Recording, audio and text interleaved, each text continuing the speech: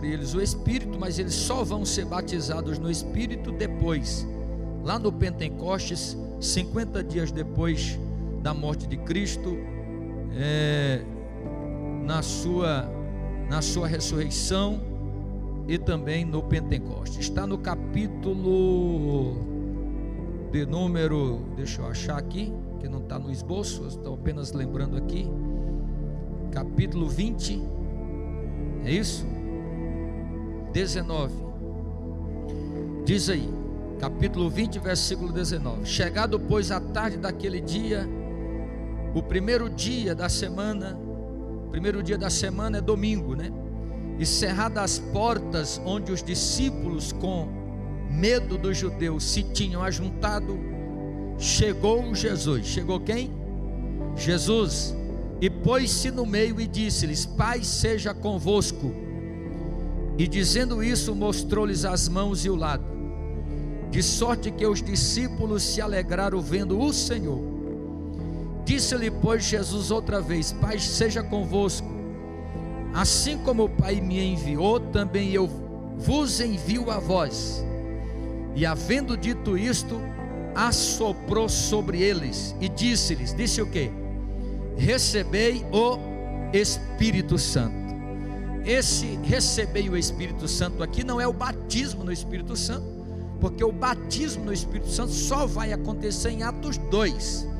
Então esse receber o Espírito Santo aqui é receber o Espírito para ser regenerado, para o Espírito habitar neles. Então aqui eles foram selados, receberam o Espírito para se tornarem morada do Espírito Santo. Só posteriormente, lá em Atos capítulo 2, é que eles vão ser batizados no Espírito Santo. Então estou dizendo isso para deixar bem claro que existe uma diferença de ser selado no Espírito, que acontece no ato da verdadeira conversão, e o batismo no Espírito Santo é um revestimento de poder para o discípulo exercer com eficiência, qualidade e excelência o ministério que recebeu de Jesus. Então eu parei aqui. O cristão precisa zelar pela permanência do Espírito Santo dentro dele, ou a permanência do Espírito Santo habitando nele. E aí lemos duas passagens bíblicas que está em 1 aos Coríntios capítulo 3:16 e 1 aos Coríntios 6:17, provando e mostrando que o crente é templo e morada do Espírito Santo de Deus.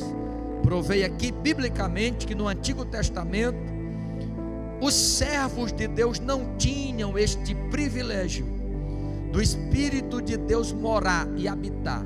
O Espírito de Deus vinha sobre, usava, mas não habitava nos servos de Deus.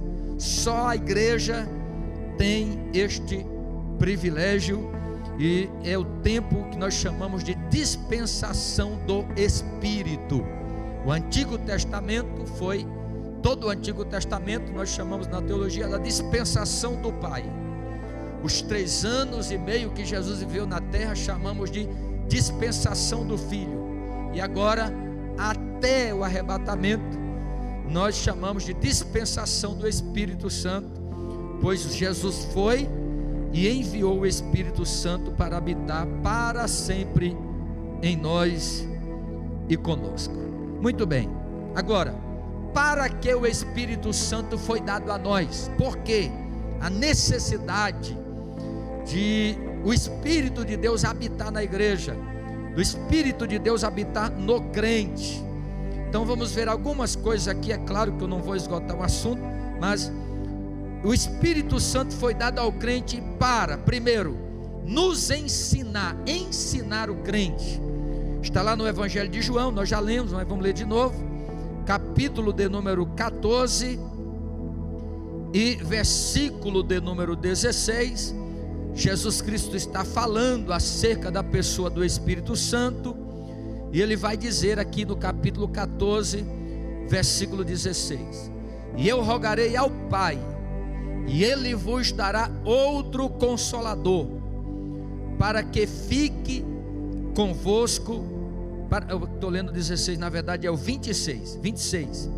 Diz aí: mas aquele Consolador, o Espírito Santo, que o Pai enviará em meu nome, vos ensinará todas as coisas e vos fará lembrar de tudo quanto vos tenho dito.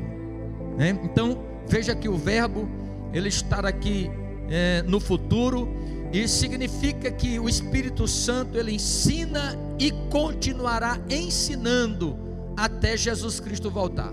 Então para que o Espírito Santo foi dado ao crente? Primeiro, para nos ensinar. Nós precisamos do Espírito Santo para poder entender e compreender as coisas de Deus.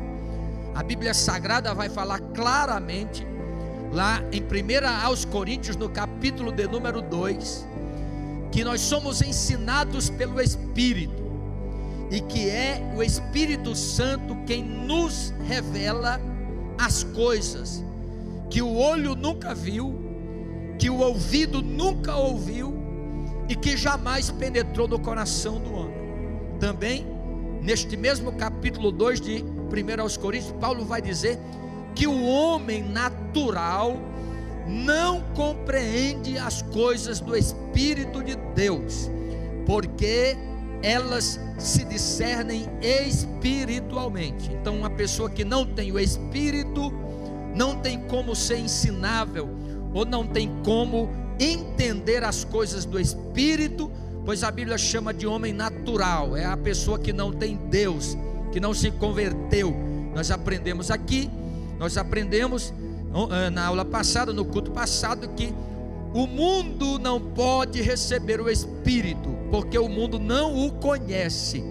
Então Paulo vai dizer, escrevendo, vamos ler, 1 aos Coríntios, capítulo 2, Paulo escrevendo à igreja de Corinto, no capítulo de número 2, a partir do versículo de número 9, ele vai dizer: mas como está escrito, as coisas que o olho não viu, e o ouvido não ouviu, e não subiram ao coração do homem, são as que Deus preparou para os que o amam. Mas Deus nulas revelou, porque no versículo 9 está falando aqui das coisas ocultas, dos mistérios de Deus. O olho nunca viu, o ouvido nunca ouviu, e nunca penetrou no coração do homem, mas Deus nulas revelou. Por quem? O que diz aí na sequência? Deus nulas revelou pelo seu Espírito, porque o Espírito penetra todas as coisas, e ainda as profundezas de Deus. O que Paulo está querendo dizer? Em outras palavras, ele está querendo dizer: só quem conhece as coisas que o olho nunca viu, que o ouvido nunca ouviu, e que nunca penetrou no coração do homem, as coisas do coração de Deus, é o Espírito. Mas como Deus nos dá o seu Espírito, o Espírito nos revela as coisas do coração de Deus, das profundezas do coração de Deus, e nos traz a consciência, o conhecimento, as coisas que nunca ninguém viu, nunca ouviu e nunca compreendeu pela mente natural do homem, porque só o Espírito Santo pode fazer isso. Então todo crente precisa ser ensinado pelo Espírito Santo de Deus. Eu posso aqui esta noite usar as mais belas palavras, uma melhor forma pedagógica de ministrar, de ensinar, porém, se o Espírito de Deus não pegar as palavras que aqui falo, e você com o coração e mente aberta permitir que o Espírito penetre estas palavras no seu coração, você receba isso na tua alma e depois coloque em prática, você está participando apenas de mais uma reunião, como se você fosse na reunião do clube, da comunidade, da creche, da escola e assim por diante. Mas se você abrir o coração e deixar, o Espírito de Deus quer nos ensinar a servir a Deus da melhor forma possível. O Espírito Santo foi dado ao crente para nos ensinar. O Espírito Santo foi dado ao crente para guiar o crente. João capítulo 16 e versículo de número 13. Eu falei isso aqui no culto passado, mas vou repetir. João capítulo 16 versículo 13. Mas quando vier aquele Espírito da verdade, ele vos guiará em toda a verdade, porque não falará de si mesmo, mas dirá tudo o que tiver ouvido e vos anunciará o que há de vir. Então veja a extrema necessidade do crente ter o Espírito Santo na sua vida. Por quê? Porque o Espírito Santo, ele guia a vida do crente. Eu falei isso aqui, não tem coisa pior de alguém que diz ser crente, mas vive, conduz a sua vida tomando decisões fora do propósito, da direção e da orientação do Espírito Santo. O crente precisa ter a sua vida guiada pelo Espírito Santo. Jesus está dizendo aqui, e todos nós sabemos, que nós só podemos servir a Deus com qualidade se nós conhecermos a verdade. Jesus Cristo disse: e conhecereis a verdade, e a verdade vos libertará. Mas como nós conheceremos a verdade? Se formos guiados pelo Espírito da verdade, porque ele vai dizer aqui, quando ele vier, ele vos guiará em toda a verdade. Uma coisa é a minha verdade, o que eu penso, o que eu acho, o que eu entendo, o que eu compreendo. Outra coisa é a tua verdade. Outra coisa é a verdade de Deus nos ensinada e guiada pelo Espírito Santo de Deus. Então, nós necessitamos do Espírito Santo, porque o Espírito Santo, ele nos guia. Vamos ver um exemplo. Vamos ler uma outra passagem, depois o exemplo. Romanos 8,14. Romanos, carta de Paulo aos Romanos, capítulo de número 8 e versículo de número 14. Paulo vai dizer assim: porque todos os que são guiados pelo Espírito de Deus, esses são o quê? Então, quem são os filhos de Deus na igreja? Todos aqueles que são crentes. Os filhos de Deus são aqueles que são guiados por quem? Pelo Espírito Santo de Deus. Todos aqueles que são guiados pelo Espírito de Deus, esses são filhos de Deus. Então, nós precisamos permitir que o Espírito Santo de Deus guie a nossa vida. O homem no Novo Testamento, que era extremamente guiado pelo Espírito Santo de Deus, Paulo, vamos ver um exemplo, que está no capítulo de número 16 de Atos dos Apóstolos, a partir do versículo de número 4. Vamos ler. Você já deu esse exemplo em várias outras ministrações, mas se faz necessário hoje. Atos 16 e 4, diz aí, ó. Paulo está viajando, pregando o Evangelho, nas suas viagens missionárias. E quando iam passando pelas cidades, lhes entregavam para serem observados os decretos que haviam tido estabelecido pelos apóstolos e anciãos em Jerusalém, de sorte que as igrejas eram confirmadas na fé, e cada dia cresciam em número. Versículo 6. E passando pela Frígia e pela província da Galácia, por onde? Província, foram impedidos. Por quem? Foram impedidos pelo Espírito Santo de anunciar a palavra na Ásia. E quando chegaram a Mísia, intentavam ir para Bitínia, mas o Espírito de Jesus não lhe permitiu. Você pode até observar que existe uma negativa, talvez veja como uma negativa ao texto. Como? se eles foram enviados para pregar a palavra, por que o Espírito lhes impediu de pregar? É porque o Espírito de Deus não queria ou não era o momento de Paulo e a sua equipe de ministério fosse para a região da Galácia, nem para a Ásia, nem para a região da Bitínia. Então, impedir aqui é guiar. O Espírito de Deus está impedindo eles, mas esse impedimento é com o propósito de guiá-los para uma direção que Deus quer os colocar.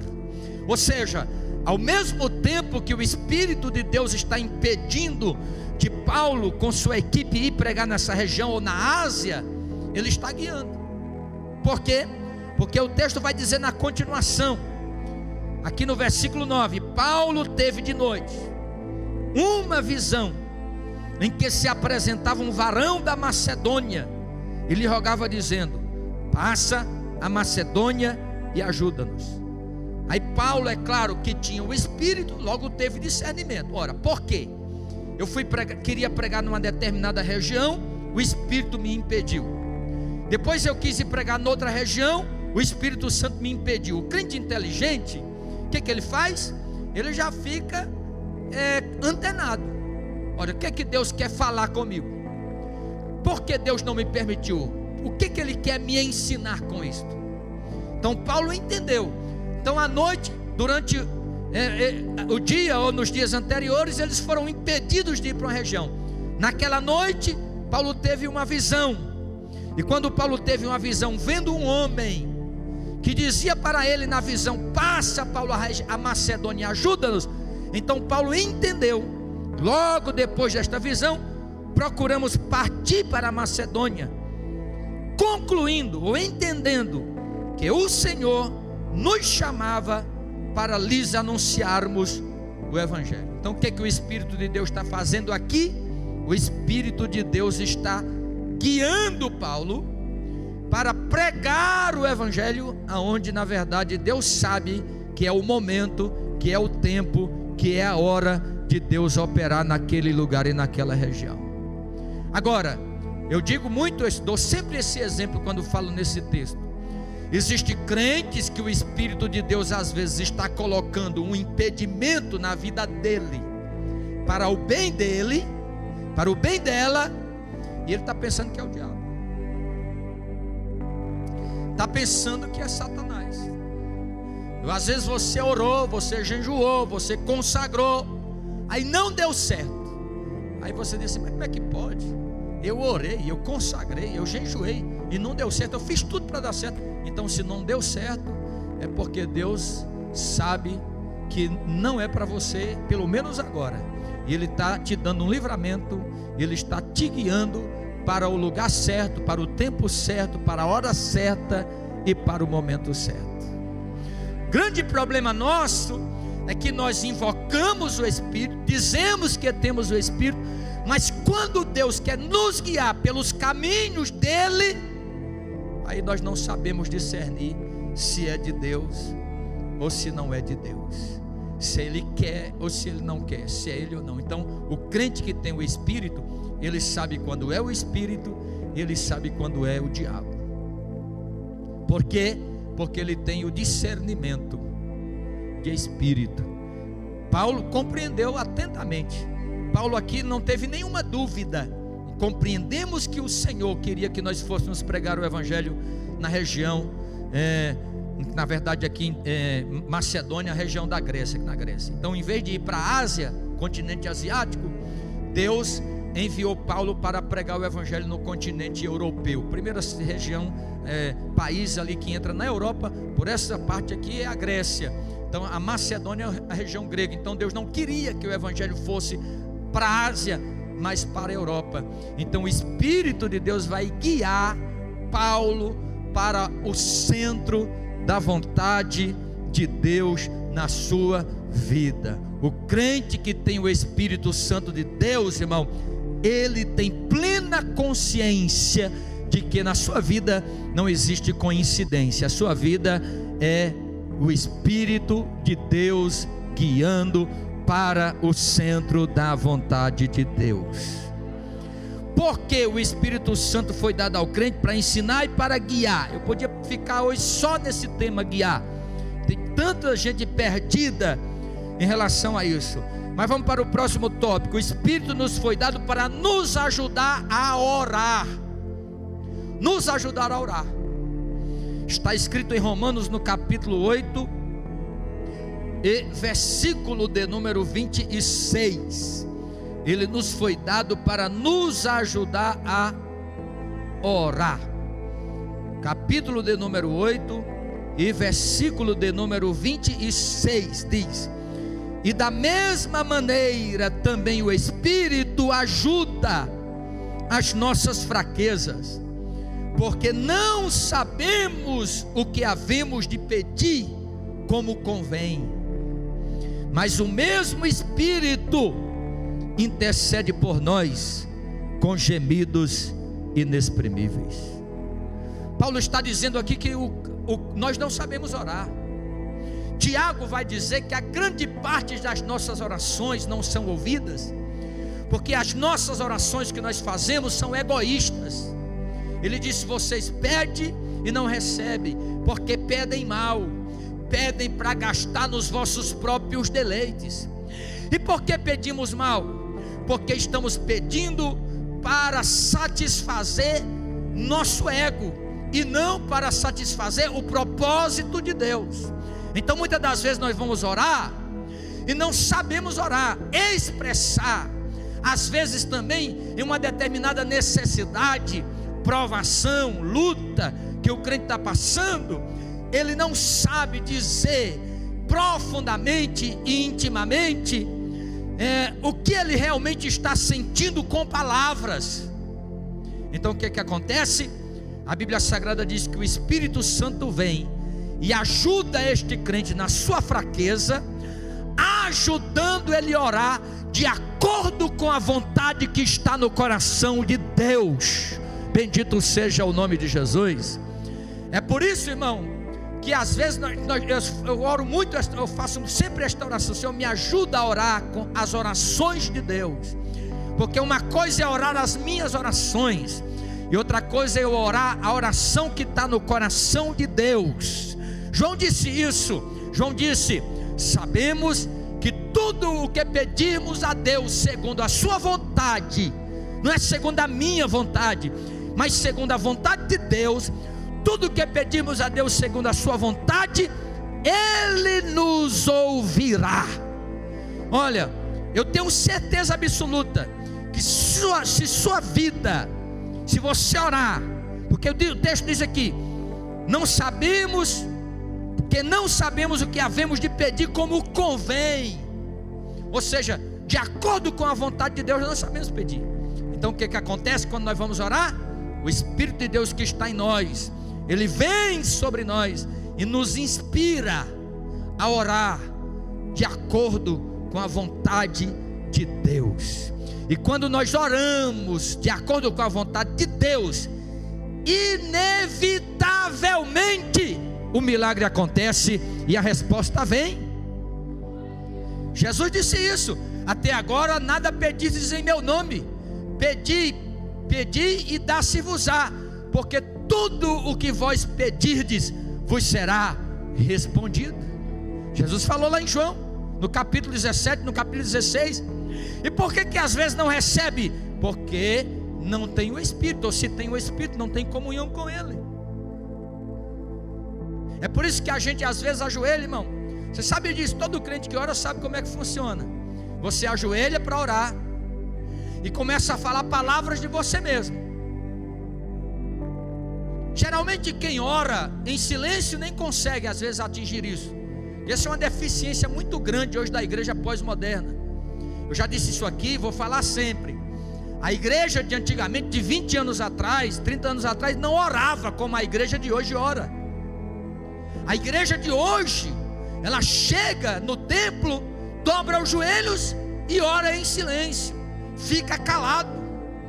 Mas não era assim que a igreja orava há 20 anos atrás, há 25 anos atrás, há 30 anos atrás.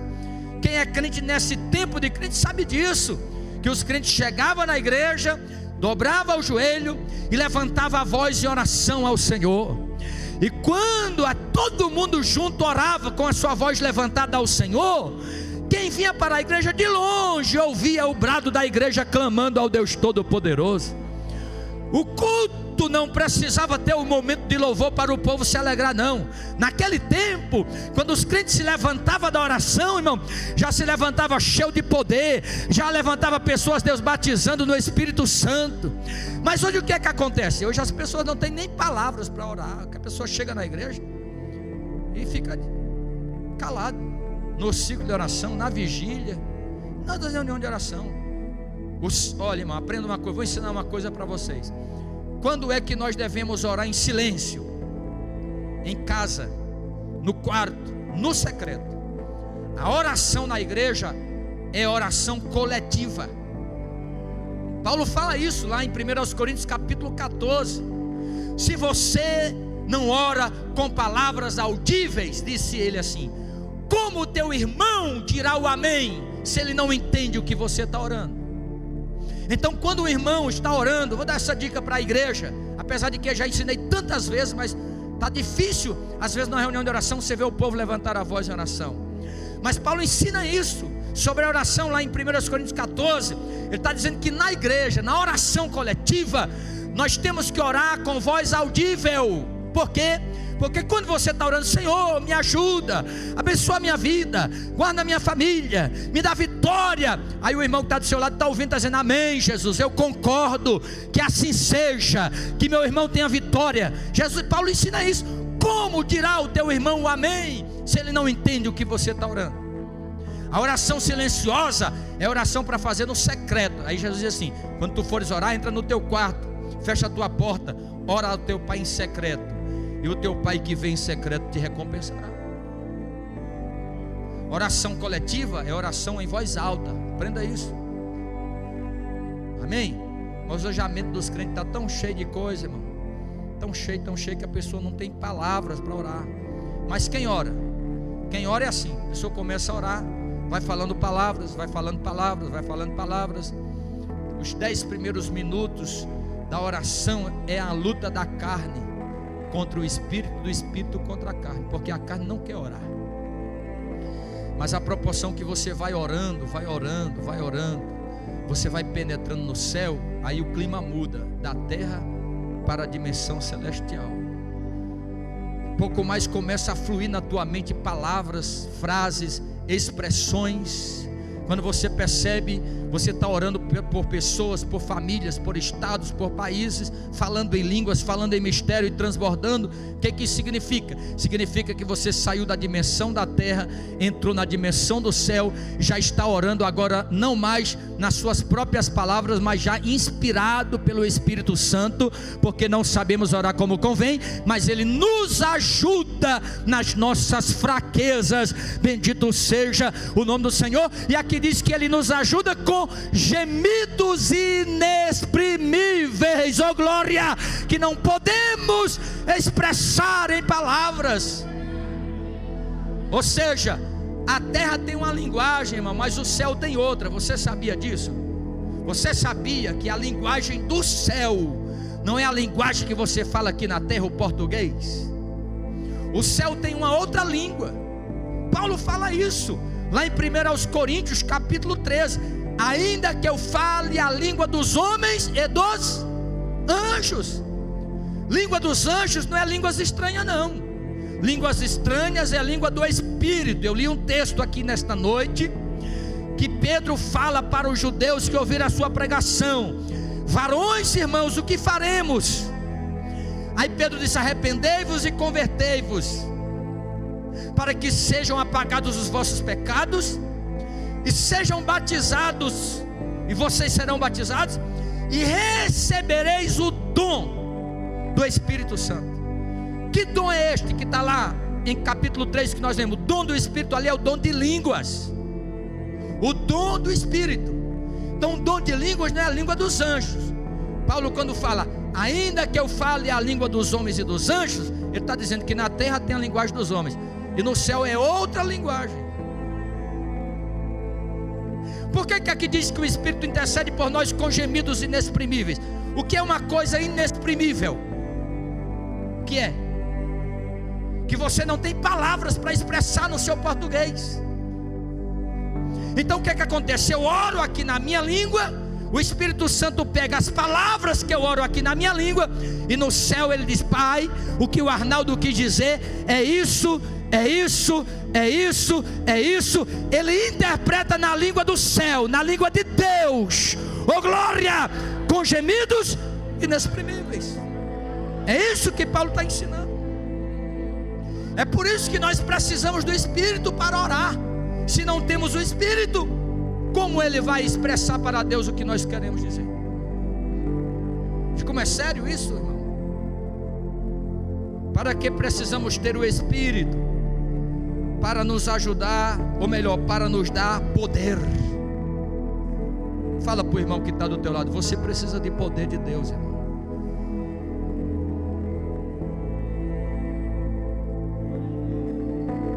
Nós precisamos de poder de Deus. Nunca a igreja precisou tanto do poder de Deus.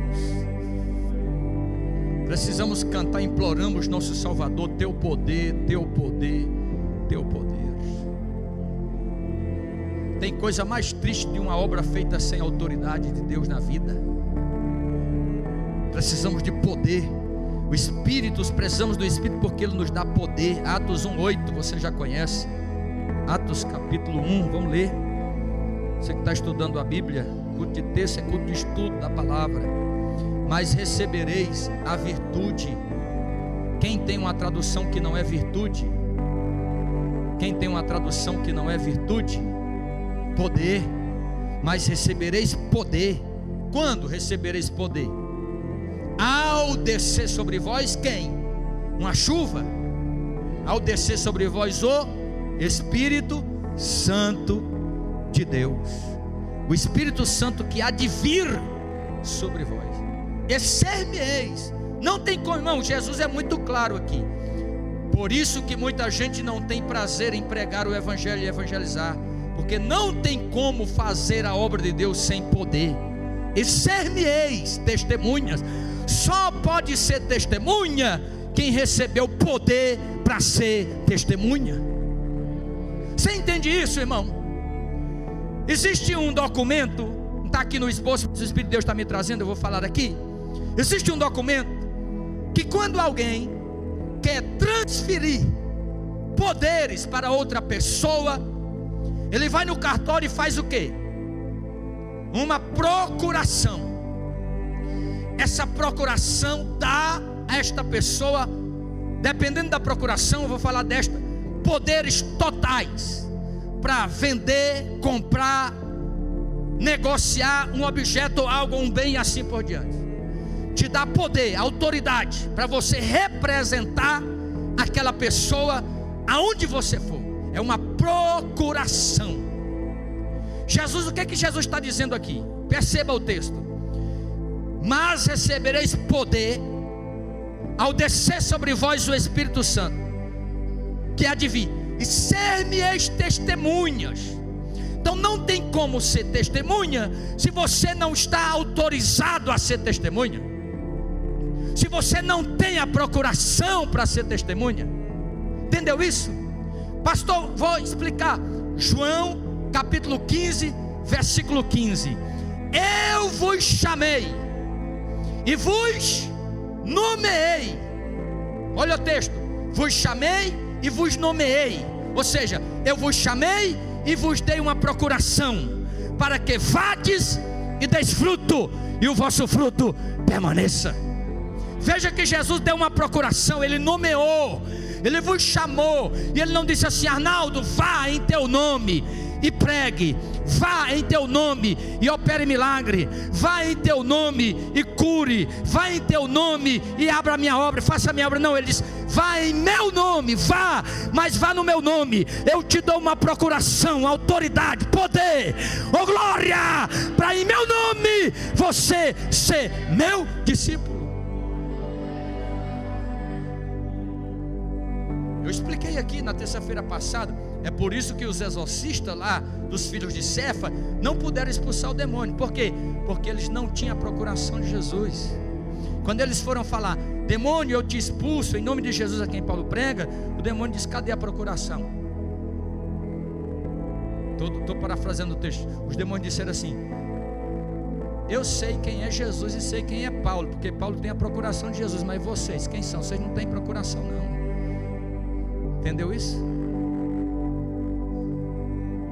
Que tem de crente, irmão, fugindo de gente endemoniada, com medo de orar por alguém que está endemoniado. E se tem, é porque sabe que não tem a procuração de Deus na vida. Mas Jesus está dizendo assim, ó: quando vocês vão ser minha testemunha, mas antes de ser minha testemunha, recebam poder. Oh, glória ao nome de Jesus. Porque a obra de Deus não pode ser feita pela força do braço. A obra de Deus nunca será feita pelo poder do braço. Não, irmão. Guerra para Deus não se ganha com metralhadora, com tanque, com míssel, né, ou com drone kamikaze, como a Rússia está usando sobre a Ucrânia. Guerra para Deus se ganha no poder e na autoridade do Espírito Santo de Deus na vida do crente. E o diabo sabe, o inferno sabe quem tem esta autoridade e quem não tem. Então nós precisamos do Espírito Santo, porque é Ele quem nos dá poder. Não é no nosso poder, mas é no poder do Espírito. É no poder do Espírito. Amém, irmãos? O Espírito Santo foi dado ao crente para nos dar poder. Ele foi dado ao crente para nos ensinar a glorificar a Jesus. Está em João 16:14. Nós lemos terça-feira, mas vamos ler de novo. João 16:14. Ele vai dizer: Ele me glorificará, porque há de receber do que é meu, e vou-lo-á de anunciar. Ele me glorificará. Às vezes a gente tem que fazer um malabarismo doido para os crentes adorar Jesus, né? Um dia o pregador estava pregando e disse: meu Deus do céu, aquela igreja estava tão fria que eu quase ofereci uma nota de R$100 para o crente dar um glória a Deus. Só que na verdade a Bíblia Sagrada diz que ninguém pode dizer que Jesus é o Senhor se não for pelo Espírito Santo. Então quem não tem o Espírito não sente, quem não sente também não glorifica. Ele vos ensinará a glorificar. E por último, para nós passar aqui para o próximo tópico, o Espírito Santo foi dado ao crente para revelar ao crente os mistérios de Deus. Eu já dei uma entradinha nesse tópico aqui, mas vamos voltar lá de novo. 2 aos Coríntios, capítulo 2, versículo 10. Mas Deus nulas revelou pelo seu Espírito, porque o Espírito penetra todas as coisas e ainda as profundezas de Deus. Pois qual dos homens sabe as coisas do homem, senão o Espírito do homem que nele está? Observe que a palavra Espírito do homem está com letra minúscula. Assim também ninguém sabe as coisas de Deus, senão o Espírito de Deus. Espírito, quando vai escrever sobre o Espírito, é sempre com E maiúsculo, o Espírito de Deus. Mas nós não recebemos o Espírito do mundo, mas o Espírito que provém de Deus, para que pudéssemos o quê? Pudéssemos o quê? Conhecer. Conhecer o quê? O que nos é dado gratuitamente por Deus. É Ele quem revela os mistérios de Deus para nós. Então, se eu não tenho intimidade com o Espírito, como o Espírito de Deus vai revelar os mistérios de Deus para a nossa vida, se nós não temos o Espírito Santo, ou se não temos comunhão com Ele? Agora, vou mostrar 4 coisas que o crente nunca pode permitir-se fazer com o Espírito Santo. Porque a Bíblia Sagrada vai dizer que o Espírito Santo pode ser entristecido, resistido, extinguido e agravado. E é verdade, o Espírito Santo é o selo de Deus em nós. que Deus colocou como penhor da nossa herança, como a certeza de que nós subiremos no arrebatamento da igreja, na ocasião da sua volta, estando vivo ou estando morto, não importa, porque foi templo do Espírito.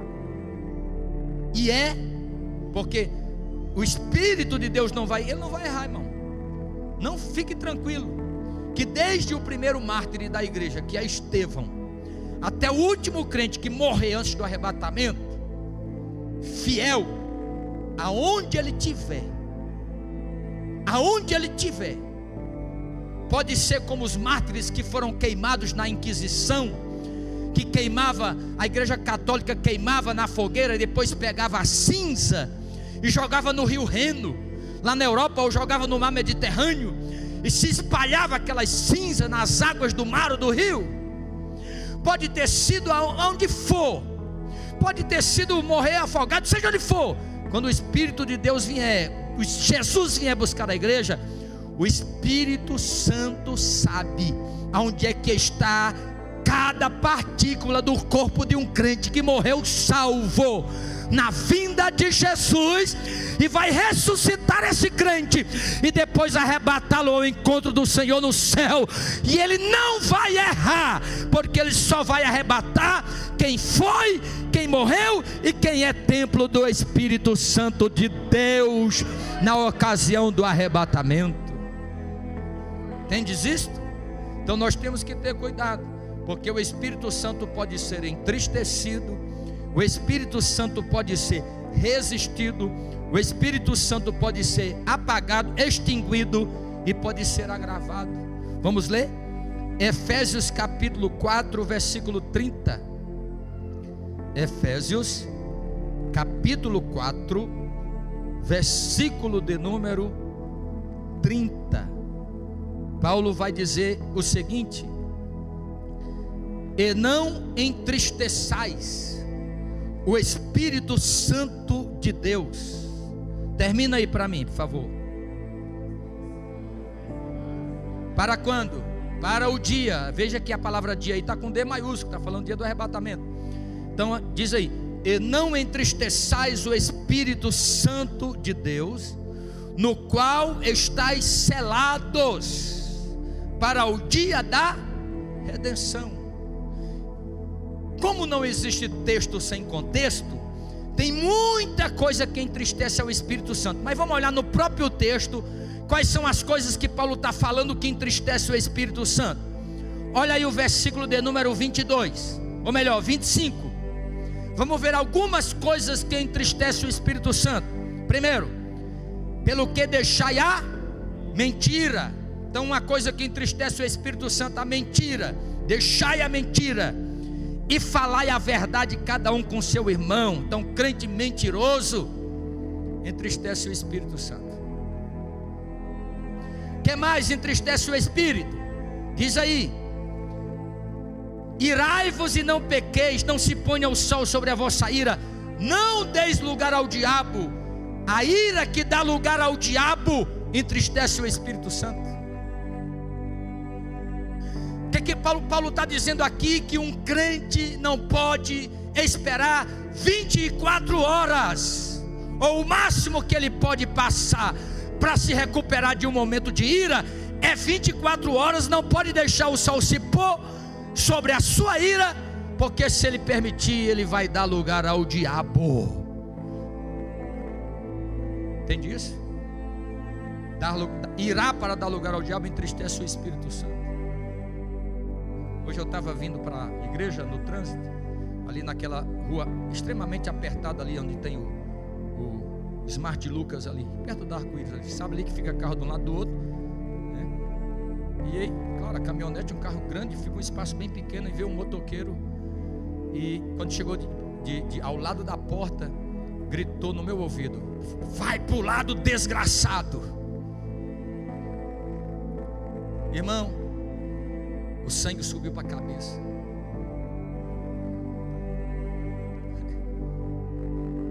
Aí eu entendi. Eu olhei assim e disse: estou entendendo Satanás. Você pensa que eu não estou entendendo que nós vamos começar uma semana de oração e depois a madrugada com Deus, e você quer perturbar, mas está repreendido pelo poder do sangue de Jesus Cristo de Nazaré. Mas eu confesso, eu como homem tive que colocar uma faca na garganta, entendeu? A ira que dá lugar ao diabo, que mais? Entristece o Espírito Santo. Ele continua dizendo: aquele que furtava, não furte mais, antes trabalhe. Então roubo aqui de qualquer espécie. Que mais entristece o Espírito? Palavras torpes. Não saia da vossa boca nenhuma palavra torpe, palavra chula, palavrão. Como é que um crente dá glória a Deus na igreja diz palavrão em casa e ainda quer se alegrar quando vem para o culto, irmão? Como é que o crente, um dia eu estava conversando na casa do irmão, e ele nem percebeu, meu Deus do céu, nem percebeu que era pelo menos a respeitar a presença do pastor, conversando, dizendo palavrão, palavra torpe, palavras chulas. Não, pelo amor de Deus, como é que eu vou sentir o Espírito, ou o Espírito Santo vai se alegrar na minha vida, se eu vivo falando palavras torpes, palavras tolas, palavras chulas, palavras podres? O que a Bíblia Sagrada diz? A boca fala, o coração está cheio, meu irmão. Então, você falar palavrão, palavra torpe, entristece o Espírito. Então ele vai falar aqui: não saia da vossa boca nenhuma palavra torpe. Aí no versículo 30, não entristeçais. Aí ele continua: o que mais entristece? Versículo 31, o que mais entristece? Amargura, toda amargura. Pessoas que vivem amarguradas não têm contratativas. Toda amargura, a amargura entristece o Espírito. Não tem como o Espírito Santo se alegrar no coração amargurado, porque um coração amargurado, nada está bom para ele, para ela. Chega no culto, irmão, e não consegue se alegrar, porque como é que se alegra? Se o coração já está cheio de amargura. Tem que se libertar da amargura para ser cheio da presença do Espírito de Deus.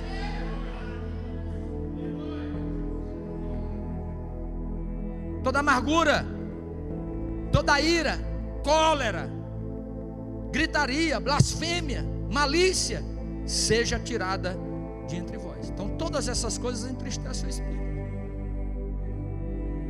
Então por que muitas das vezes tem pessoas que é crente, mas o Espírito de Deus está entristecido na vida da pessoa por causa dessas coisas aí? Você acha que o Espírito de Deus só... Irmão, aqui não fala de pecado de adultério, fala? Aqui?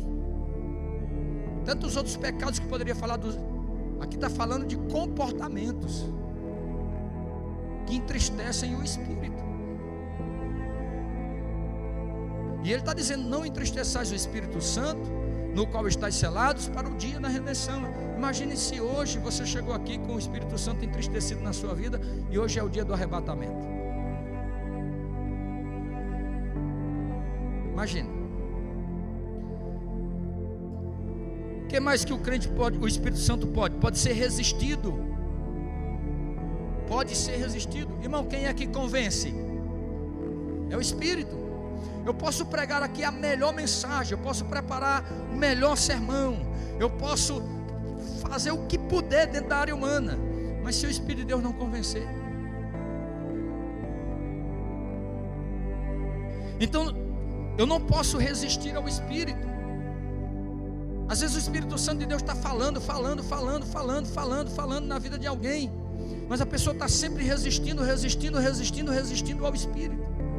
Vamos ver Atos, capítulo de número 7, versículo de número 5, no discurso de Estevão aos fariseus que mataram a Cristo.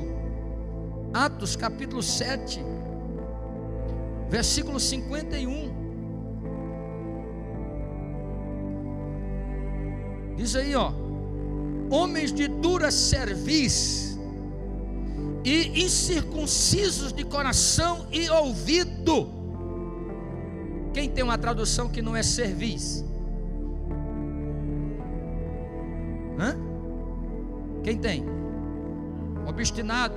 Tem tradução que diz pescoço duro. Tem gente do pescoço duro, irmão. Hã? teimoso, crente teimoso, de pescoço duro, teimoso. O Espírito de Deus está falando: não faça, não haja, não diga, não se comporte assim, mas ele resiste ao Espírito. E Estevão está dizendo: homens de coração duro, teimoso. Tem gente que é teimoso, irmão. Me perdoe, eu vou falar, Jesus. Tem crente que enquanto Deus não quebrar ele todinho, não vai aprender.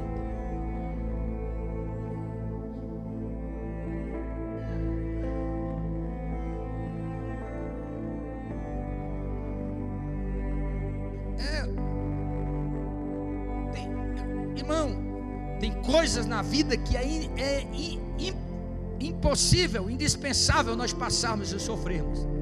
Mas tem coisa na vida que você não precisa sofrer para aprender, não, irmão. Se o Espírito de Deus nos ensina e nós ouvimos a voz do Espírito, não resistimos, você não precisa passar por determinadas coisas, não. Mas você é um crente teimoso, hein? Deus está falando, Deus está orientando, Deus está dizendo, mas você teima. Resiste ao Espírito. Olha aqui, ele diz: homens de dura cerviz, incircuncisos de coração e ouvido, vós sempre resistes ao Espírito Santo, assim vós sois como vossos pais. Sempre resistes ao Espírito. Me diga uma coisa, ele está falando isso aqui para crente ou para descrente? Está falando para os fariseus, que era crente do Antigo Testamento. E ele está dizendo: assim como vossos pais mataram os profetas, não ouviram os profetas, não obedeceram os profetas, vocês estão fazendo a mesma coisa, porque vocês são homens de coração duro, homens de teimosos. Assim como vossos pais, vocês sempre resistem ao Espírito Santo.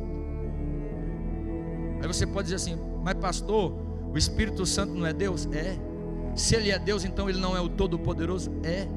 Mas ele respeita o livre-arbítrio. Se você decidiu ser teimoso, então você vai resisti-lo, porque olha aqui para mim, o Espírito Santo é a parte mais sensível de Deus.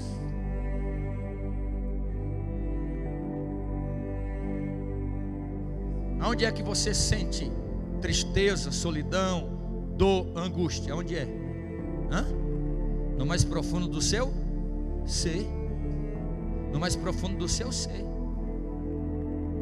Quando a alma está triste, porque estás abatido, a minha alma, porque te perturbas dentro de mim. Tristeza de alma. É no íntimo. O Espírito Santo é a parte íntima de Deus. É por isso que não tem perdão, nem aqui, nem na eternidade, para quem blasfema contra a parte mais íntima de Deus, que é o Espírito Santo. Então, quando você resiste ao Espírito, consequentemente o entristece. Como Deus vai cumprir uma promessa na vida de um crente que é teimoso, que sempre está resistindo ao Espírito? Terceiro, o Espírito Santo pode ser extinguido, ou em outra tradução, apagado. Não está escrito lá em 1 Tessalonicenses 5:19: não apagueis o Espírito, ou não extinguais o Espírito. Então tem crente, irmão, que está perdendo a fé. Se não tiver cuidado, daqui a alguns anos nem crente vai ficar mais na igreja. Por quê? Porque está apagando o fogo do Espírito Santo de Deus na sua vida. A expressão de Paulo aqui é uma expressão muito óbvia. O que ele está dizendo?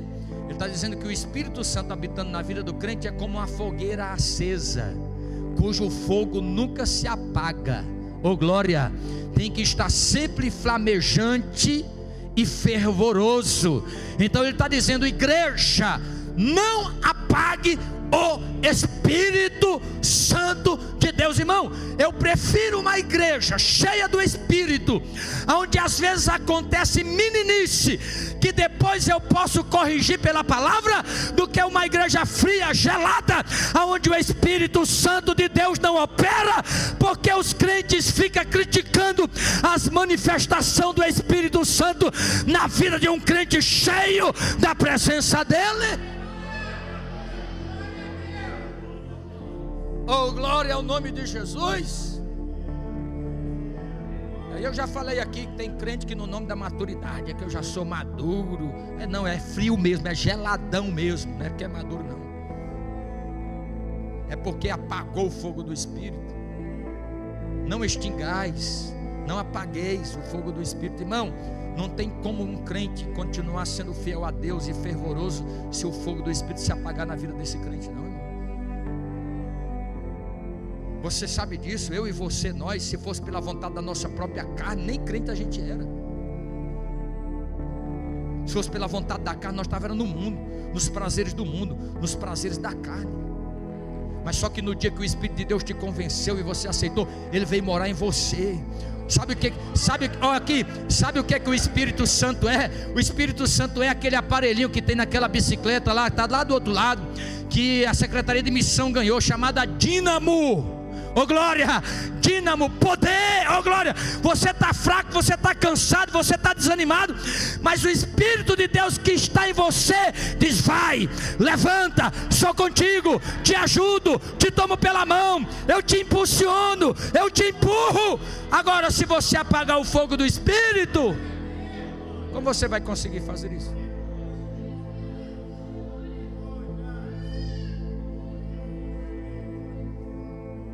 Por que a grande maioria dos crentes não estão aqui hoje aprendendo? Por quê? Porque a grande maioria está desanimado, perdeu o fervor, perdeu a força, está perdendo o ânimo. Aos poucos o fogo do Espírito está apagando. Você deve dizer para Deus nesta noite assim: ó, Deus, sopra de novo, Jesus, sopra no fogo do Espírito Santo de Deus na minha vida. Oh glória ao nome de Jesus. Não apagueis o Espírito. E o Espírito Santo de Deus pode ser agravado. O que é agravado? A palavra agravado significa insultado, ofendido, afrontado. Está lá em Hebreus 10, 29. Abra aí, Hebreus 10, 29.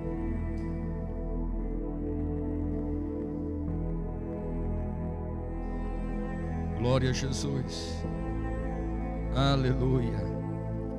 Hebreus 10, 29. Diz o texto assim, ó: de quanto maior castigo cuidais vós, será julgado o merecedor aquele que pisar o Filho de Deus e tiver por profano o sangue do testamento com que foi santificado e fizer o quê? Fizer agravo. Quem tem uma tradução que não é agravo? Ultrajar. Que mais? Ultrajar, agravar o Espírito da graça. O Espírito Santo pode ser agravado. Agravar é insultar, é ofender, é afrontar, agravar o Espírito. Aqui diz que não tem salvação, irmão, e é digno de castigo e de juízo aquele que pisar o Filho de Deus, o sangue da aliança, e fizer agravo ao Espírito da graça. Então o Espírito Santo pode ser entristecido, ele pode ser resistido, ele pode ser extinguido e ele pode ser agravado. Então nós temos que ter cuidado.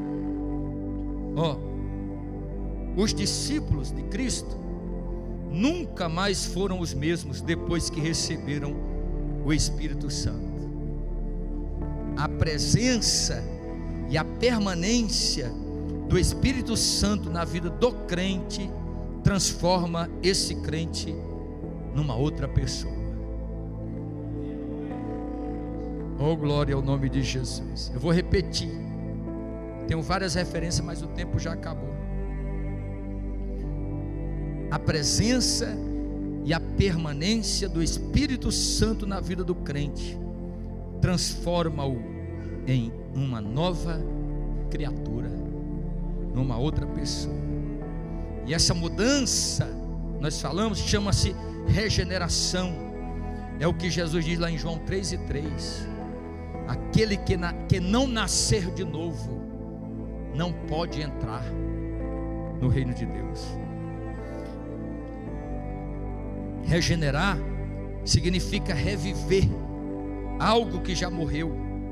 Ao pecar ou ao nascer em pecado, o homem perdeu a sua vida com Deus, mas ao aceitar Jesus e receber o Espírito Santo, o homem revive, é ressuscitado espiritualmente para servir a Deus. O velho homem morre e agora um novo homem é criado segundo a vontade do Deus Todo-Poderoso. Se alguém está em Cristo, nova criatura é. As coisas velhas já passaram e eis que tudo se fez novo na vida desta pessoa. Vamos ver um exemplo? Só um exemplo? Vamos usar Pedro aqui como exemplo. Abra aí sua Bíblia em Mateus capítulo 16 e versículo de número 15 ao 19. Mateus 16, 15 ao 19. Olha aí, eu até já citei, mas vamos ler. Disse-lhes ele: e vós, quem dizeis que eu sou? E Simão Pedro respondendo disse: tu és o Cristo, o Filho do Deus vivo. E Jesus respondendo disse-lhe: bem-aventurado és tu, Simão Bar-Jonas, porque não foi carne e sangue quem te revelou, mas meu Pai que está no céu. Pois eu também te digo que tu és Pedro, e sobre esta pedra edificarei a minha igreja, e as portas do inferno não prevalecerão contra ela. E eu te darei as chaves do reino dos céus. Tudo que ligardes na terra será ligado no céu, e tudo que desligardes na terra será desligado no céu. Amém? Versículo de número 20. Então mandou aos seus discípulos que a ninguém dissesse que ele era o Cristo. Desde então, começou Jesus a mostrar aos seus discípulos que convinha ir a Jerusalém e padecer muito dos anciãos e dos principais dos sacerdotes e dos escribas, e ser morto e ressuscitar ao terceiro dia. Olha o mesmo Pedro agora, versículo 22. E Pedro, tomando-o de parte, começou a repreendê-lo, dizendo: Senhor, tenha compaixão de ti, de modo nenhum te acontecerá isso. Ele, porém, voltando-se, disse a Pedro: para trás de mim, quem? Satanás, que me serves de escândalo, porque não compreendes as coisas que são de Deus, mas só as que são dos homens. Mesmo Pedro, que recebeu uma revelação do Pai, agora quase em ato contínuo, recebeu uma inspiração, uma influência de Satanás para tentar impedir Jesus de ir cumprir o que Jesus veio cumprir.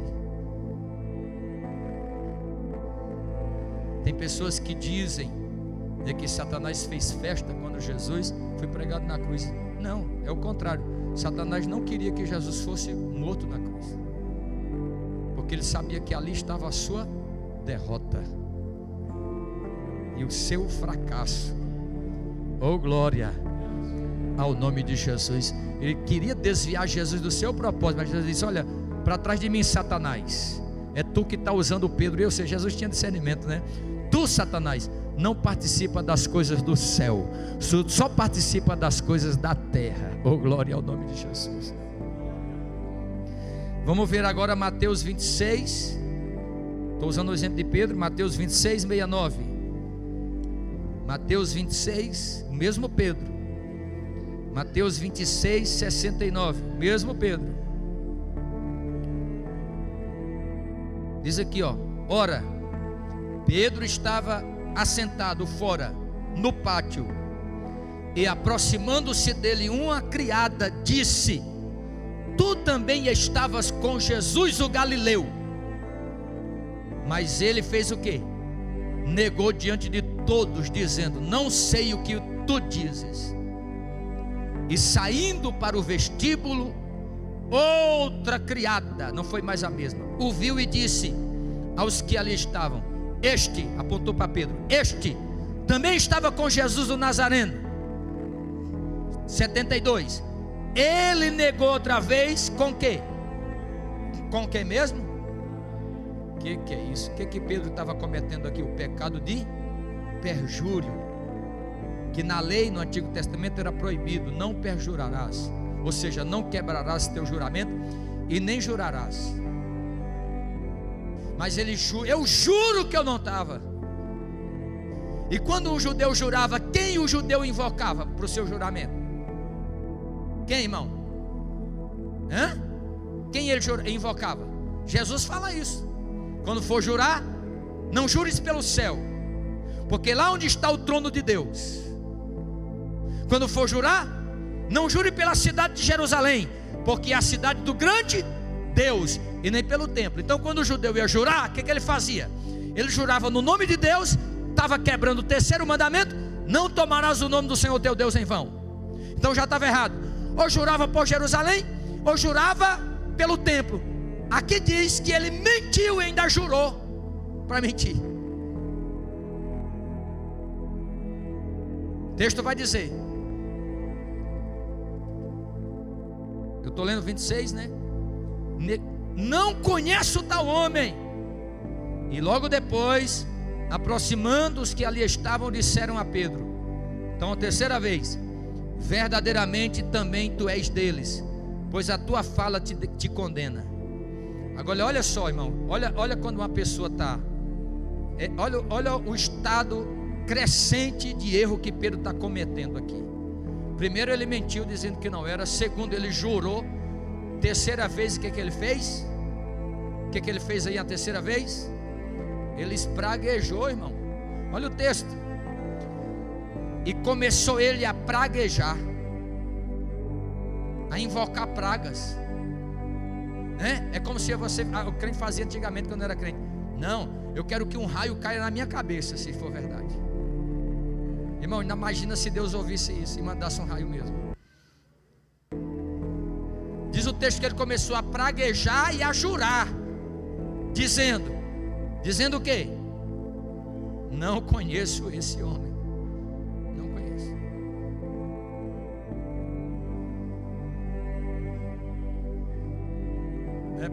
Não é porque, é porque Pedro não tinha o... Agora vamos ver um Pedro com o Espírito Santo. Vamos ver? Vamos ver um Pedro com o Espírito Santo? Vamos lá. Abra aí Atos dos Apóstolos,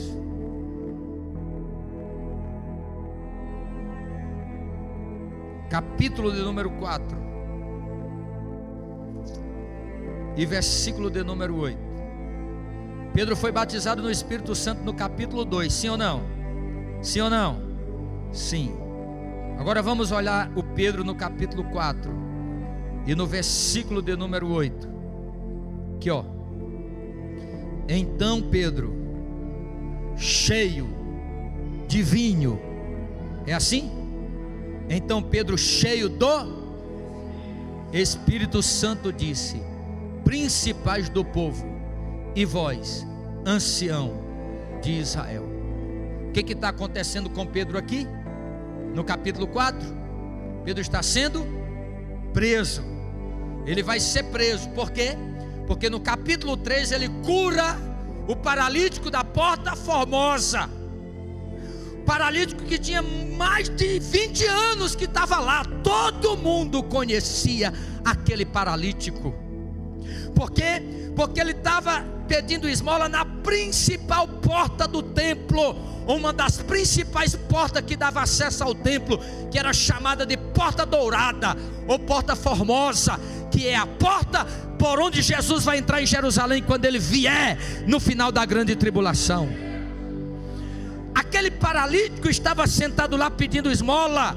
Todo mundo que ia ao templo conhecia aquele paralítico, porque ele já estava lá há mais de 20 anos. Aí Pedro e João vai subindo para o templo para orar. O paralítico olha para eles. Quando olha, o paralítico espera que ele lhes dê uma esmola. Aí Pedro disse: olha, paralítico, eu não tenho prata e eu não tenho ouro, mas o que eu tenho eu te dou. Em nome de Jesus de Nazaré, levanta e anda. Oh, glória a Jesus. Pedro pegou na mão do paralítico, ajudou a levantar, e a Bíblia diz que ele entrou no templo louvando a Deus, saltitando, glorificando e adorando. E olha aqui, irmão, por que ele entrou no templo saltitando? Porque no templo não entrava ninguém que tivesse deficiência física, era proibido, os guardas não deixavam ninguém entrar no templo deficiente. Eu quero dizer para você, não está aqui não, mas o Espírito de Deus está me trazendo, eu vou dizer, eu e você éramos como aquele paralítico na Porta Formosa, deficiente, aleijado de alma e de espírito, mas um dia Jesus nos curou e nos fez entrar no templo para adorar a Ele e glorificar o nome dEle. Oh glória! E o que aconteceu? O povo ficou, os fariseus ficaram alvoroçados, porque esses homens fizeram um grande sinal, vamos prender, prenderam. Aí Pedro vai discursar, e quando ele vai discursar de qualquer maneira? Não, ele vai discursar cheio, porque Jesus disse assim, ó, antes de mandar o Espírito, lá no ensinamento de Jesus, antes de morrer, Jesus falou para eles assim, ó, eu vou mandar o Espírito Santo, vocês vão comparecer perante reis, príncipes, governadores e magistrados, mas quando vocês comparecerem, não se preocupe com o que há vez de falar, porque o Espírito Santo vos fará lembrar de tudo que eu vos tenho dito. Quem é que fará lembrar? É o livro que eu li? É a faculdade que você fez? O diploma? Não, o Espírito Santo vos fará lembrar. Então aqui, quando ele foi preso, porque irmão, quanto mais é a luta, maior é a graça que você recebe. Então toda vez que você vai passar por uma situação que precisar vencer, Deus vai te encher do Espírito para você romper com aquela dificuldade. Então ele já tinha sido batizado no capítulo 2, sim ou não? E no capítulo 4 ele foi o quê? Foi o quê? Cheio. O que significa? Tem crente que passa a vida toda buscando o batismo no Espírito Santo, e depois nada mais. Irmão, o crente tem que ser batizado, mas o resto da vida ele tem que ser cheio, ser cheio, continuar cheio do Espírito Santo. Vai ter situação na nossa vida que nós só vamos conseguir vencer se nós recebermos o enchimento do Espírito. Agora, nós vamos receber enchimento de qualquer maneira? Ele foi cheio do Espírito no capítulo 4, versículo 8, e no versículo 18, olha o que ele diz no versículo 18: e chamando-os disseram que absolutamente não falassem nem ensinassem no nome de Jesus. Respondendo, porém, Pedro, aquele Pedro que negou Jesus 3 vezes, e aquele Pedro foi usado pelo diabo, olha aqui, respondendo-lhe, porém, Pedro e João, disse: julgais vós se é justo diante de Deus ouvir-vos antes do que a Deus, porque não podemos deixar de falar do que temos visto e ouvido. Tem tradução que diz assim: importa obedecer a Deus e não aos homens. E por que Pedro teve coragem de falar para eles? Porque Pedro estava, ou porque Pedro tinha o Espírito Santo. Então eu mostrei aqui um Pedro sem o Espírito e um Pedro com o Espírito Santo de Deus habitando. Isso aqui é sério. A partir do Pentecostes, o Espírito pousou ou passou a ser o mentor, ou seja, a mente, o orientador da igreja. E aqueles que quisessem se envolver na obra de Deus precisavam ser cheios do Espírito Santo. Eu vou encerrar. Você quer trabalhar para Deus? Quer fazer alguma coisa para Deus? Seja cheio do Espírito. Está aí, ó. Está no livro, abre aí, no livro de Atos, Atos 6, Atos capítulo 6 e versículo 3. Escolhei, pois, irmãos, dentre vós 7 varões. Quantos varões? De boa reputação. A pessoa, antes de ser obreiro, tem que ter bom testemunho lá na rua, não é aqui dentro da igreja não. Boa reputação. E o que mais? E cheio do, tem que ser cheio do Espírito. Boa reputação, ou seja, bom testemunho na rua, e cheio do Espírito Santo. Estevão foi um crente cheio do Espírito, viveu uma vida cheia do Espírito e morreu cheio do Espírito Santo de Deus. O Espírito Santo passou a ter um papel fundamental na constituição da igreja, na orientação dos discípulos, e fará isso até o dia do arrebatamento. Tem mais umas 3 páginas aqui, mas nós vamos encerrar por hoje. Vamos ficar de pé. Vamos orar. O básico nesta noite nós transmitimos a você sobre a necessidade de ter uma vida no domínio do Espírito Santo de Deus. E não vos embriagueis com vinho, em que há contenda, mas enchei-vos do Espírito Santo. Enchei-vos do Espírito Santo. Oh, glória ao nome de Jesus. Eu vou esperar você orar nesta noite. Deixe Deus ouvir sua voz. Comece a orar. Fale para Deus que você quer ser um crente cheio do Espírito Santo, cheio do poder de Deus, da graça de Deus para vencer. Oh, glória ao nome de Jesus. Quer que o que você está fazendo para Deus dê fruto? Seja cheio do Espírito. Busque o Espírito Santo de Deus. Oh, glória ao nome de Jesus. Seja obediente, seja submisso, tenha uma vida de santidade, tenha temor. Oh, glória ao nome de Jesus. Ore, jejue, consagre, vigie. Seja cheio do Espírito Santo de Deus. Oh, glória ao nome de Jesus. Oh, bendito seja o nome de Jesus. Eu disse aqui, repito, que importa não é o seu diploma, é bom, mas não é o mais importante, nem o seu conhecimento, nem a sua conta bancária, nem a sua veste. O que importa é o que Deus investiu em você. E Deus te investiu o Espírito Santo. Você é templo do Espírito, morada do Espírito. Oh, glória ao nome de Jesus. Seja cheio do Espírito. Se você não é batizado, peça para Deus te batizar hoje. Se você já foi batizado, peça um renovo. Peça para o Espírito soprar nessa fogueira que Ele acendeu um dia na tua vida e que hoje está apagando. Oh, glória ao nome de Jesus. Sem nenhuma explicação. Fale com Ele nesta noite em oração. Você não veio aqui assistir culto, você veio prestar culto. Então agora exalte, bendiga, glorifique, magnifique minha vida. Enche-me, Senhor, para eu vencer as lutas, as tentações, as provações. Meu amor, sem nenhuma explicação. O crente cheio do Espírito não pode ser usado pelo Espírito e ao mesmo tempo ser usado pelo diabo. Espírito Não pode ser usado pelo Espírito e usado pelo diabo, porque o Espírito como fogo para onde o diabo habita. vem como em Pentecoste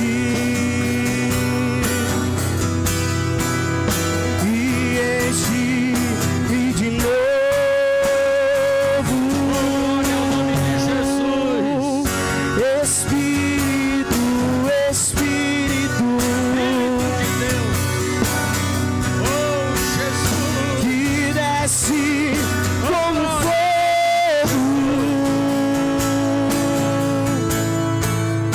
vem como em Pentecoste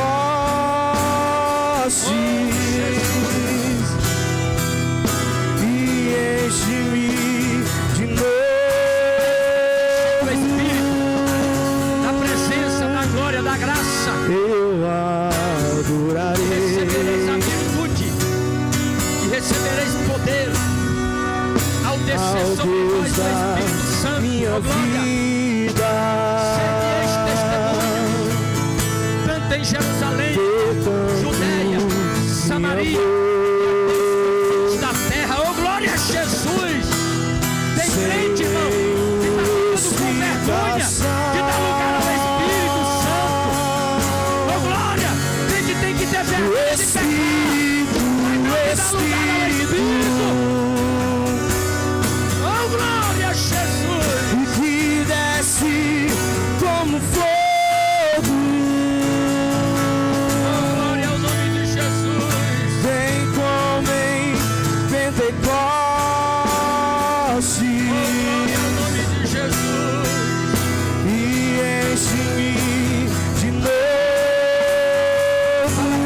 Enche-me, Jesus, enche-me, enche-me. Vem, vem, vem Espírito. Glória a Jesus, oh glória. Viva na E desce como fogo.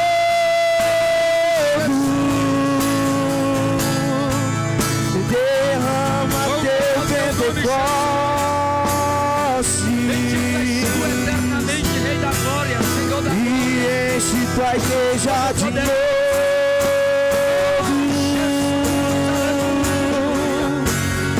Vem, Espírito. E desce como fogo.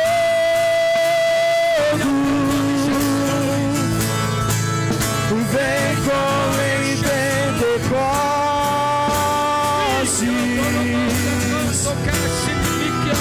E enche-nos de novo. Glória ao nome de Jesus.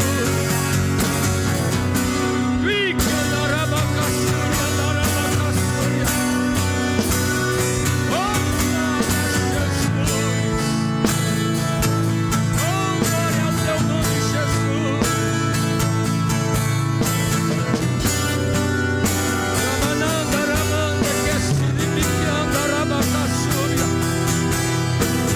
Glória ao teu nome, Jesus. Espírito, Espírito, o que desce como fogo. Deixa ele te renovar com Vem fogo. como em Pentecostes. Esta noite. E enche-me de novo, Jesus. Enche de novo, Jesus. Enche de novo. Vem, vem, vem. Vem, Espírito. Vem, Espírito. Vem, Espírito. E enche o teu povo. Crente frio e gelado. Derrama teu Não tem ânimo. Não tem graça. E nem tem poder de fazer alguma coisa para Deus. E enche essa igreja de novo. Oh glória. Arrebenta o inferno. Oh glória.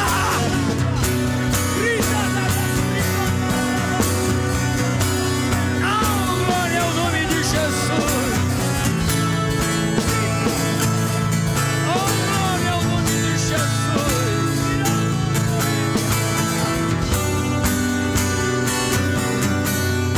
Oh glória ao nome de Jesus. Oh glória ao nome de Jesus.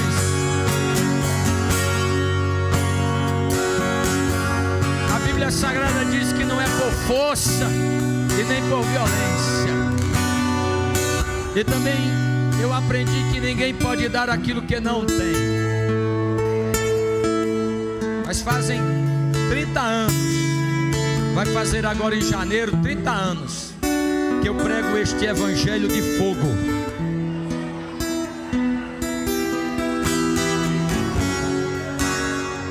Esse final de semana, sentado com o pastor, ele perguntou: pastor Arnaldo, como é que o senhor aguenta? A gente acompanha os trabalhos lá no Prata, lá todo o senhor está no canto, está no outro, está no Nordeste, está no Prata, está construindo, está trabalhando, como é? Eu quero dizer para você, no dia que a chama do Espírito Santo se apagar na minha vida, eu morro.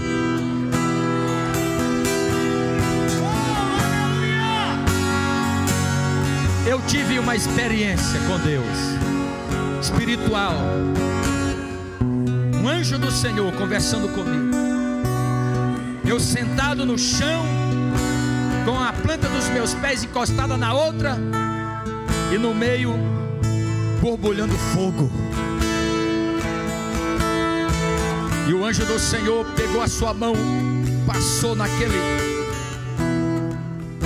espaço que tinha nas minhas pernas. Quando ele passou, subiu faísca de fogo.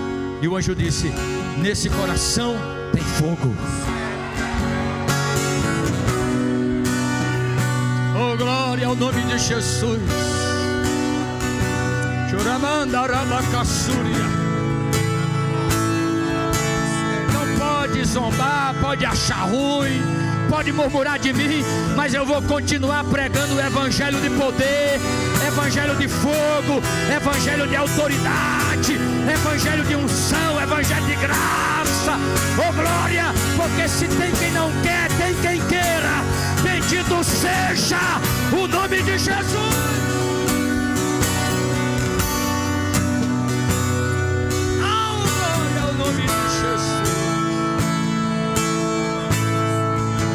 Isto depende da vida do crente.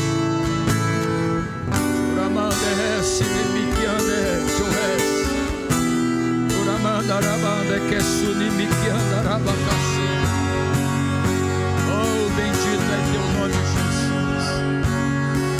Aleluia. Nós vamos encerrar. Espero que esses dois ensinamentos nessas 2 terças-feiras tenham despertado o seu coração para você buscar mais, fazer um propósito. Eu orei um ano inteiro, irmão, no meu primeiro ano de crente.